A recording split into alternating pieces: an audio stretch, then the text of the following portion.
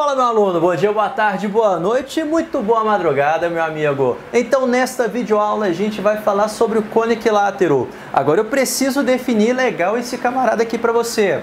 Toda vez que você vê uma questão de prova falar sobre cone equilátero, primeiramente ele está falando para você sobre um cone reto. Obrigatoriamente ele está falando sobre o cone reto. Agora, esse cone reto ele vai ter mais ou menos a mesma ideia do nosso cilindro equilátero. A gente vai ter a nossa medida da geratriz equivalente à medida do diâmetro da base desse camarada. Então, cone reto,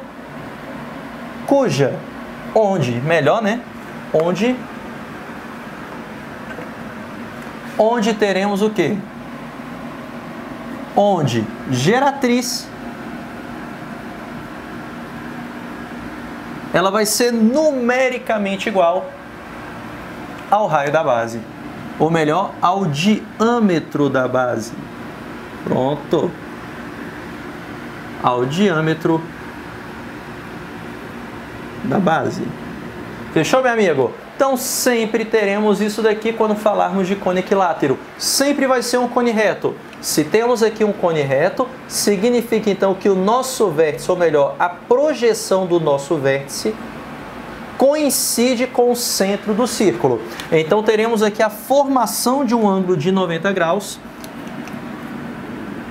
aqui nesse centro do nosso círculo. Tudo bem? Fechou essa ideia?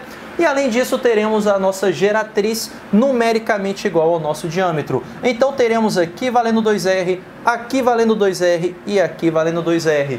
E como comentamos na videoaula passada, você então concorda comigo que aqui em nossa secção meridiana, ou seção meridiana, tanto faz.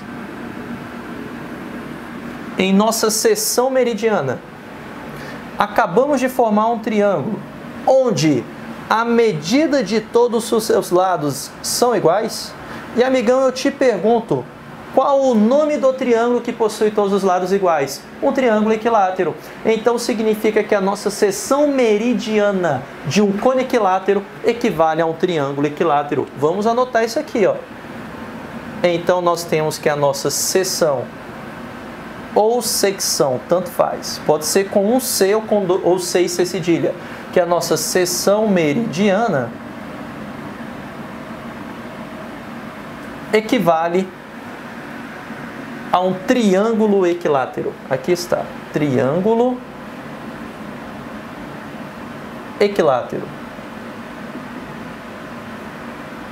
E, obviamente, valerão todas as propriedades de um triângulo equilátero quando falarmos sobre as medidas desse camarada. O que a gente sabe do triângulo equilátero? Que todos os seus lados são iguais, que todos os seus ângulos equivalem a 60 graus. Então, teremos ângulos de 60 graus aqui, olha, sendo formados entre a geratriz e entre o diâmetro dessa base. Entre também as duas geratrizes. Outra coisa que sabemos do triângulo equilátero é que a sua altura, veja que aqui está fazendo o papel da altura, divide esse ângulo daqui de cima ao meio. Teremos então a mesma propriedade para esse camaradinha. Fechou? Tranquilo essa ideia? E que, por sinal, isso daqui pode ajudar a encontrarmos todas essas medidas de uma forma muito rápida. Para você que já assistiu às aulas de trigonometria, temos aqui aquele famoso triângulo amiguinho. Nesse triângulo amiguinho, prestamos atenção no oposto ao de 30. Esse camarada é um x qualquer. A hipotenusa é o dobro, 2R. Vê como bateu? Raio R, hipotenusa multiplicamos por 2. Para encontrarmos o cateto adjacente, basta multiplicar por raiz de 3. Com isso, então, teremos que a altura desse camarada equivale ao R multiplicado pela raiz quadrada de 3. Então, teremos aqui que a altura desse nosso cone equivale ao raio dessa base multiplicado pela raiz quadrada de 3. Amigão, tendo todas essas informações, você já consegue encontrar tudo que ele pode perguntar para você em relação a esse cone. E o que ele pode perguntar para você? Aquelas medidas padrões. Primeira medida, como eu faço para calcular a área da base? Área da base. Bem, a nossa área da base para essa figura aqui, a qual chamarei de AB, ela vai equivaler para a gente à área do círculo, que compõe a base dessa figura. Calcular a área do círculo, fórmula padrão, equivale a πr ao quadrado. Olha que bacana. Pronto. Então essa daqui de praxe nunca vai mudar, independente do tipo de cone que você esteja trabalhando. Sempre vai ser π vezes o raio ao quadrado. Agora, segunda fórmula que teremos aqui. Como eu faço para calcular a área lateral? Então tá aqui. Área lateral, a qual chamaremos de AL. Então essa nossa área lateral, ela vai equivaler para a gente ao quê? A grip, como vimos na aula passada. Grip é geratriz 2R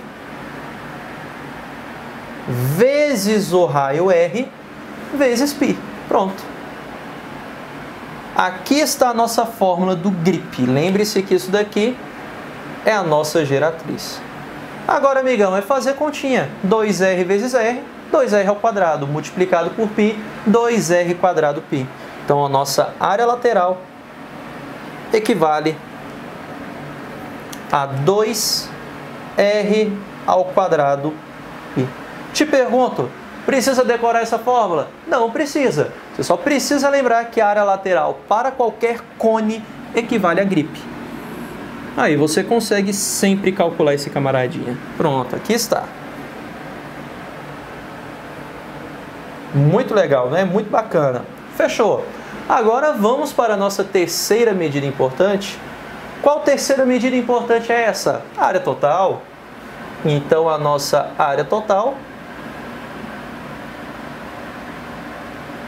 ela equivale à soma da área da base com a área lateral. Então teremos aqui o somatório de πr ao quadrado com 2πr ao quadrado. Só trocar essa ordem aqui para ficar bonitinho. Acho que 2πr ao quadrado fica mais interessante. Não vai fazer a menor diferença, mas tudo bem. Está aqui 2πr ao quadrado. Agora, ao fazer a soma de πr ao quadrado com 2πr ao quadrado, ou melhor, de 1πr ao quadrado com 2πr ao quadrado, o que teremos aqui? 3πr ao quadrado. E isso daqui equivale à nossa área total. Então, a área total equivale a 3πr ao quadrado. Novamente, amigão, precisa decorar isso? Não precisa. Você só precisa lembrar de como se calcular a área da base e a área lateral e fazer a soma desses dois caras. Acabou. Simplesmente isso. Finalmente, fórmula de número 4. Como eu faria para calcular o volume desse camarada? Volume equivale à área da base vezes a altura. Porém, como temos uma ponta em cima, dividimos por 3. Então, o volume desse camarada vai ser numericamente igual ao quê? A área da base πr ao quadrado vezes a altura h desse camarada, tudo isso dividido por 3. Nunca se esqueça dessa divisão por 3. E dependendo da prova que você for fazer, ele pode sacanear. Ele pode, em vez de colocar dividir por 3, dividir por 2, por exemplo. Tranquilo? Cuidado que sobre 2, a gente está falando sobre área de triângulo, por exemplo. Fechou? Volume sempre divida por 3, no caso do cone e no caso da pirâmide também. E aqui temos a fórmula desse volume. Pronto. Pedrinho, eu posso falar em volume de tronco do cone equilátero? Olha, você até pode falar de um certo tronco de cone nesse cone equilátero, mas para isso eu vou precisar da altura de referência. Tudo bem? Eu vou precisar de uma altura H para poder fazer esse tipo de cálculo. Aí com isso você vai formar um círculo aqui em cima, um círculo aqui embaixo e teremos a altura desse camarada. O círculo daqui de cima é que é aquele Rzinho que aparece para você na fórmula do tronco de cone, onde teremos o quê? πh sobre 3, onde h é essa altura do tronco de cone. É como se fosse aquele negócio que a foquinha fica brincando em cima em si.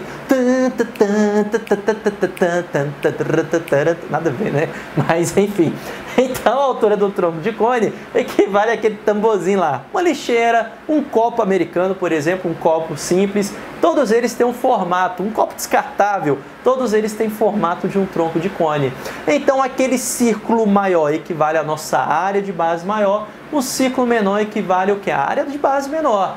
A altura equivale a essa distância entre esses dois círculos que aparecem pra gente. E é jogar na fórmula. πh sobre 3 que multiplica rão quadrado mais rzinho quadrado mais rzinho. Que por sinal eu falei para você na aula de tronco de pirâmide que vale a gente fazer semelhança de sólidos, que fica muito mais simples do que decorar essa fórmula. A gente vai ver quando resolvermos exercícios numéricos em relação a esses camaradas. Por enquanto, finalizamos cone por aqui e na próxima aula já começaremos esfera. Beleza, amigão? Então, forte abraço e bons estudos para você. Valeu!